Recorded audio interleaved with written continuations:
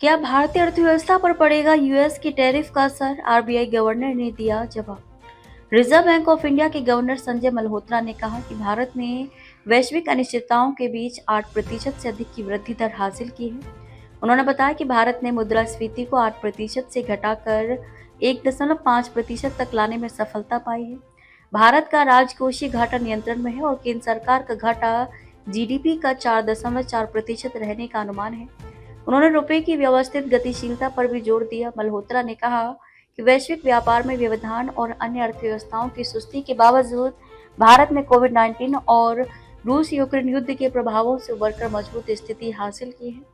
भारत की आर्थिक बुनियाद को मजबूत बताते हुए उन्होंने कहा कि यह वैश्विक चुनौतियों का सामना करने में सक्षम है। संजय मल्होत्रा ने आगे बताया कि भारत का राजकोषीय घाटा नियंत्रण में है, जो कि किसी भी अर्थव्यवस्था की वित्तीय स्थिति का सबसे बड़ा संकेतक होता है।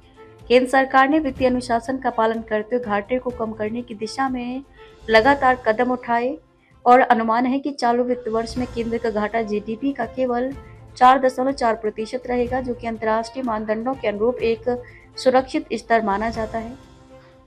आरबीआई गवर्नर ने रुपए की विनिमय दर पर बोलते हुए कहा कि भारत ने मुद्रा की व्यवस्थित गतिशीलता को अपनाया है। इसका मतलब ये है कि आरबीआई बाजार में अनावश्यक हस्तक्षेप नहीं करता, बल्कि रुपए को उसकी वास्तविक बाजारी स्थितियों के अनुसार घूमने देता है। ये नीति भारत को विदेशी मुद्रा बाजार में पारदर्शिता और स्थिरता दिलाती है। अमेरिकी टैरिफ का वैश्विक अर्थव्यवस्था पर असर जरूर होगा, लेकिन भारत पर इसका प्रभाव सीमित रहने की संभावना है। कारण स्पष्ट है: मजबूत आर्थिक आधार, नियंत्रित महंगाई, संतुलित राजकोषीय घाटा, स्थिर मुद्रा व्यवस्था और सबसे महत्वपूर्ण आत्मविश्वासी नीति निर्माण।